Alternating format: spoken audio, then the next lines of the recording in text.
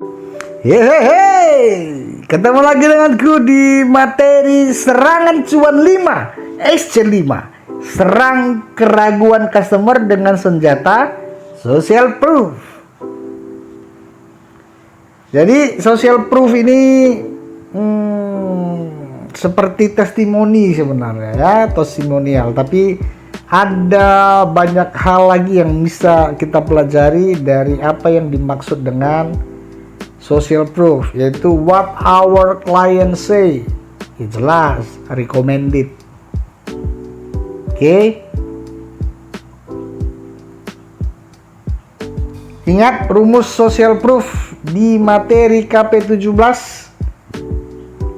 ya, dibuka lagi kalau nggak ingat, yaitu asumsi manusia terhadap ya pernyataan dari orang lain tentang produk Anda. Yes, asumsi manusia terhadap sesuatu sering terbentuk karena apa yang dilakukan banyak orang.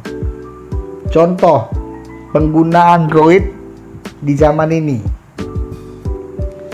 Kita boleh flashback ke 10 sampai 20 tahun yang lalu. Itu Android itu belum banyak yang menggunakan. Tapi sekarang Anda boleh lihat siapa yang tidak pakai Android di zaman sekarang ini. Saya berani bilang dia orang yang ketinggalan zaman. Hampir 99% manusia yang ada di Indonesia atau di dunia saat ini pasti memiliki Android. Ya. Kalaupun dia tidak pakai, berarti ya ada alasan satu dan lain hal. Oke, bukan berarti dia miskin juga, enggak. Cuman pasti ada alasan satu dan lain hal. Oke, jadi unsur-unsur yang membuat social proof adalah ini. Berapa orang yang tertarik membeli produk itu? Berapa orang dan siapa aja yang udah berhasil? Media mana aja yang udah meliput? Apa kata orang lain tentang produk Anda? Semakin spesifik, semakin bagus. Jadi dari dia yang ragu akan muncul perasaan dalam hatinya, aku semakin yakin kalau begini, aku semakin yakin, aku percaya nih kalau begini. Ya. Jadi ini yang harus Anda pikirkan. Nih, berapa orang yang tertarik? Harus banyak. Berapa orang yang dan siapa aja yang udah berhasil menggunakan produk Anda? Harus banyak. Media mana aja yang sudah meliput? Kalaupun tidak ada, paling tidak membuat media kita sendiri. YouTube, Facebook, Instagram. Apa kata orang lain tentang produk Anda? Ya harus yang bagus. Ya, semakin spesifik, semakin bagus. Ya, kalau misalnya semakin spesifik, aku udah pernah bahas ya. Ada banyak orang yang sudah merasakan nikmatnya kuliner di sini, misalnya gitu. Itu kan nggak spesifik ya. Kalau mau spesifik, ada 79 orang setiap hari merasakan nikmatnya makan di restoran atau di kafe ini gitu. Ada data yang lebih spesifik. Nah, itu lebih spesifik, lebih masuk akal gitu, lebih gampang diterima kepala, lebih gampang dipercaya daripada hanya sekedar ngomong ada ribuan orang.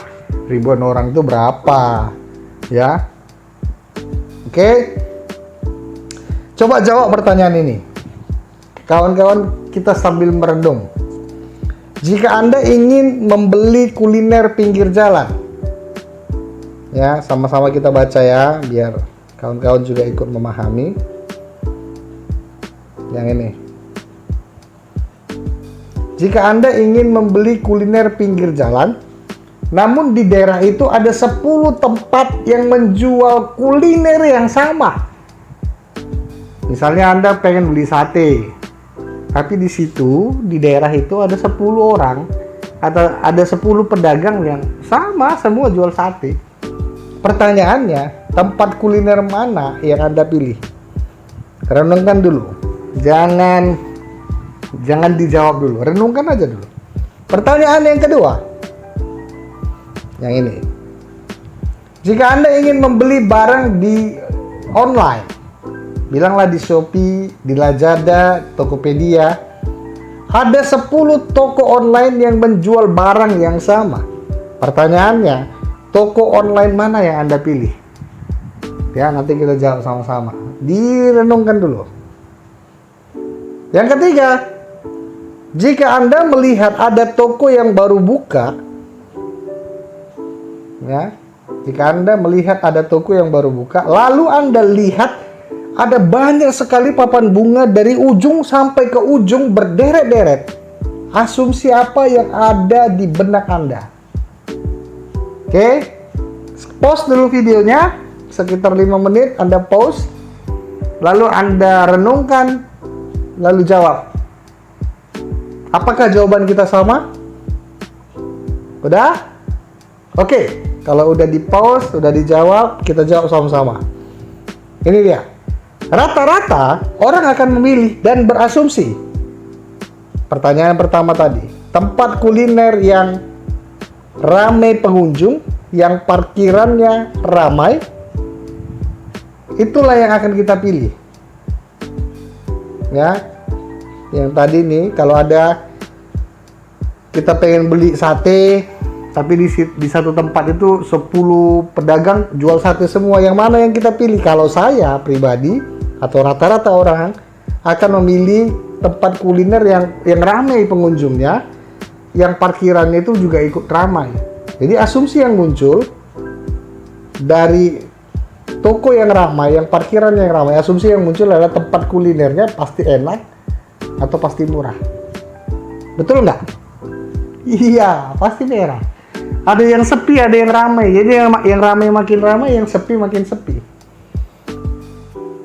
Yang kedua, pertanyaan yang ini, jika Anda ingin membeli barang di online, di Shopee, Lazada, ada 10 toko online yang sama, mana yang Anda pilih? Jawaban saya, toko online atau rata-rata orang memilih toko online yang ratingnya 4,7 sampai 5,0. Yang banyak review asli dari pembeli. Yang banyak yang bisa ngasih komentar, foto atau video. Jadi asumsi yang muncul, ya kawan-kawan ya, asumsi yang muncul, toko online ini jual barang sesuai gambar, sesuai deskripsi, dan nggak bohong. Ya, yang ketiga, jika Anda melihat ada orang yang baru buka, ada toko yang baru buka, lalu Anda lihat ada banyak sekali papan bunga dari ujung sampai ke ujung berderet-deret. Asumsi apa yang ada di benak Anda? Kalau banyak orang pasti asumsi, wah, ada toko baru buka, banyak sekali papan bunganya. Jadi asumsi yang muncul di pikiran orang yang melihat, toko ini pasti lagi buka cabang baru. Owner toko ini pasti bukan orang sembarangan. Produk yang dijual pasti produk berkualitas. Besok aku beli produk di sinilah, gitu. Ya, asumsinya kebanyakan orang. Jadi itulah fungsi dari social proof, mempengaruhi penjualan kita. Kalau hanya tahu jualan-jualan aja, buat yang enak-enak aja, kalau nggak bisa membuat social proof ini di bisnis Anda, susah lakunya. Karena banyak manusia sekarang otak kritisnya itu semakin hari semakin tajam gitu. Ya. Oke. Ada beberapa jenis social proof yang bisa Anda pakai. Ada 2 tipe. Tipe customer dan tipe non customer. Kalau tipe customer, screenshot chat WA customer Anda. Kalau misalnya Anda ada nomor WA, customer Anda punya WA dan minta testimoninya lewat chat customer, chat WA-nya. Nah, atau foto customer sedang memakai atau memegang produk Anda. Lebih bagus lagi, video customer yang sedang merekomendasikan produk Anda. Customer Anda loh ya. Jadi ada screenshot, ada foto, ada video. Dan kalau boleh, ada rekomendasi customer ke teman atau ke keluarganya dia. Jadi dia beli di situ, Dia yang merekomendasikan ke temannya, ke keluarganya, ke tetangganya. Oh, beli di sana, aku kemarin beli di toko itu bagus gitu. Jadi urutan kualitas sosial, urutan kualitasnya ya. Social proof itu video dulu, foto, tulisan. Video lebih bagus, foto sedang, tulisan yang paling kecil powerfulnya. Nah, tipe non customer misalnya ini.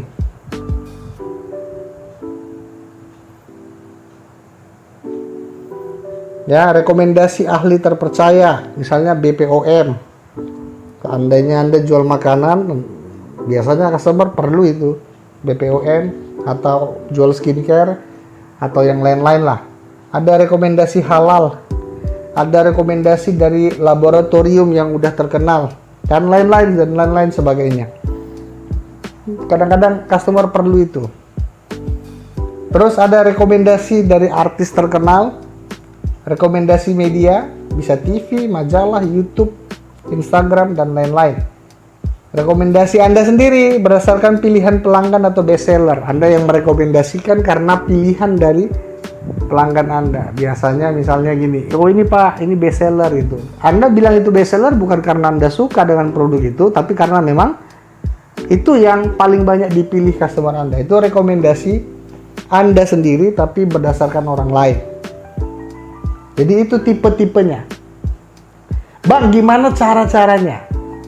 Step-stepnya kita membuat social proof ini. Ya, bagaimana cara menggunakan senjata social proof ini ke dalam bisnis Anda? Step by stepnya untuk menggunakan social proof tipe customer. Yang pertama, amati customer yang puas dengan produk Anda. Dua, minta mereka memberikan komentar positif secara tertulis. Ketiga, ucapkan terima kasih karena mereka mau memberikan komentar positif. Makasih ya Kak, udah mau ngasih testimoni buat kita gitu. Langkah selanjutnya, minta mereka buatkan video 2-3 menit. Video apa? Video yang mereka tulis tadi. Diucapkan dengan kata-kata. Kadang-kadang kalau kita nggak suruh mereka buat tulisan, disuruh buat video, mereka bingung mau ngomong apa gitu. Tapi dengan mereka sudah tulis, Kak boleh nggak Kak yang Kak tulis itu diungkapkan dengan video? Nanti aku berikan, nah ini dia yang selanjutnya, berikan voucher atau bonus buat setiap customer Anda yang mau, yang sudah membuat video testimoni dan terima kasih kembali sama mereka. Nanti kita kasih voucher ini loh Kak, kalau Kakak bisa buatin dalam bentuk video, kita kasih hadiah ini ya Kak, gitu. Ngerti ya? Terus berikan fee atau bayaran buat customer yang mau merekomendasikan produk Anda ke teman mereka, ke keluarganya mereka. Ajak mereka jadi tim Anda juga, kalau bisa. Tapi jangan semua, ada tipe-tipenya. Kadang-kadang kalau orang yang high class nggak mau tuh diajak yang begitu-begitu. Jangan, biarkan mereka merekomendasikan Anda tanpa Anda suruh-suruh, tanpa Anda iming-imingi. Tapi ada yang tipe-tipenya yang menengah ke bawah, ya boleh Anda ajak jadi tim. Oke? Selanjutnya, tampilkanlah testimoni-testimoni yang sudah dibuat ini di tempat-tempat yang mudah dilihat calon customer yang akan datang. Gitu. Itulah step by step tipe customer. Nah, tipe non customer, ya daftarkanlah produk Anda ke BPOM atau ke lembaga-lembaga ahli yang lainnya ya, yang terpercaya lainnya. Kedua, bayar artis terkenal kalau ada uangnya boleh, atau bayar selebgram untuk review produk. Selebgram kota Anda aja yang murah-murah aja boleh. Bayar media terkenal untuk nge-review bisnis Anda, minimal channel YouTube atau akun sosmed yang sudah punya follower yang besar. Ya. Atau buat label bestseller sendiri lalu pasang di setiap produk. Semua berdasarkan pilihan customer Anda. Misalnya ini top brand, bestseller. Kalau yang lembaga ahli SNI, sertifikat halal, Badan POM, dan lain-lain sebagainya. Oke? Perlu nggak ini bang? Perlu dong. Ini perlu. Walaupun dia sepertinya sepele dengan tulisan-tulisan kecil, tapi ini tetap perlu. Kadang-kadang yang kecil-kecil itu yang dicari orang. Misalnya kadaluarsa, expirednya kapan, kan tulisannya kecil, tapi begitu lihat kemasan dilihat kapan expirednya gitu. Yang kecil pun dicari customer, walaupun dia tulisannya kecil. Oke? Bang, bagaimana jika aku belum ada customer bang? Aku baru-baru buka bisnis bang, tokoku masih baru bang. Gampang, strategi yang bisa Anda pakai begini. Jadikan teman atau keluarga Anda sebagai customer pertama. Lalu minta mereka mereview atau buat testimoni produk. Nggak bohong dong. Kasih aja produk Anda ke teman Anda, kasih produk Anda ke keluarga Anda, dan minta mereka memberikan testimoni yang positif. Ya, jangan cari yang negatif, karena manusia aja pun kalau mau dicari negatifnya banyak negatifnya, tapi ungkapkan yang positif. Dari produk juga begitu, cari yang positif. Suruh mereka tulis, chat, dalam chat, buat chat yang seperti ini tadi stepnya. Ya, minta mereka memberikan komentar positif, tertulis, ucapkan terima kasih. Lalu minta mereka buatkan video gitulah. Kalau sama keluarga ya nggak perlu kasih hadiah lagi buat video. Kasih produk aja udah hadiah itu buat mereka. Oke? Nah, itu minta mereka mereview seperti itu. Lalu kalau di toko atau di kafe, buat parkiran Anda ramai seperti yang kita bahas di jual sate tadi. Gimana bisa ramai? Koordinasi dengan tukang parkir di jalan itu. Bang, kalau nanti ada yang mau parkir, suruh aja parkir depan tokoku, bang. Nanti aku kasih uang rokok lah, bang. Senang nggak dia? Senang. Ya? Toko Anda kelihatannya ramai, tapi memang di dalamnya belum ada orang. Nggak ada masalah untuk di awal-awal. Kalau bisnis online, ya Anda bisa order sendiri, kirim sendiri, review sendiri. Atau suruh keluarga Anda yang review, teman Anda yang review. Kirim ke teman Anda, suruh teman Anda mereview, dan suruh teman Anda yang memberikan ratingnya juga. Ya? Atau yang terakhir, Anda jual rugi atau profitnya minimal 0 lah. Selama 1 minggu Anda jual rugi dulu. Seminggu sampai sebulan. Buat untuk 3-5 jenis produk Anda, itu pasti ramai. Setelah itu minta review mereka. Ya, kalau misalnya Anda jual remis, jual profit 0, pasti ramai. Oke, paham gimana caranya? Ya, untuk di bagian awal penting untuk kita buat seperti ini. Karena ini yang menentukan bisnis kita di masa depan mau seperti apa. Kalau Anda sampai hari ini belum jualan dan Anda tidak melakukan ini, wajar kalau Anda nggak laku. Jangan salahkan saya, jangan salahkan pembeli nggak mau memilih Anda. Tapi Anda sudah belajar tidak melakukan ini, Anda ya salah. Oke ya? Jelas ya materi yang dipelajari? Anda sudah belajar kuliah profit 1-17. Anda sudah belajar dan sudah tahu cara menyerang perhatian customer dengan senjata headline atau kalimat penawaran SC1. Cara menyerang rasa penasaran customer dengan senjata yes SC2.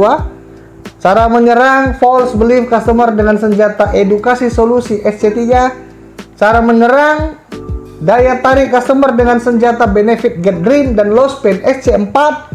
Dan menyerang keraguan customer dengan senjata social proof.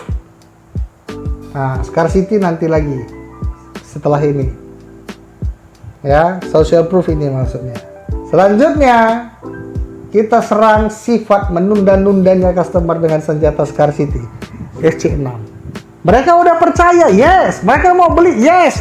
Tapi ada satu sifat lagi yang harus kita serang.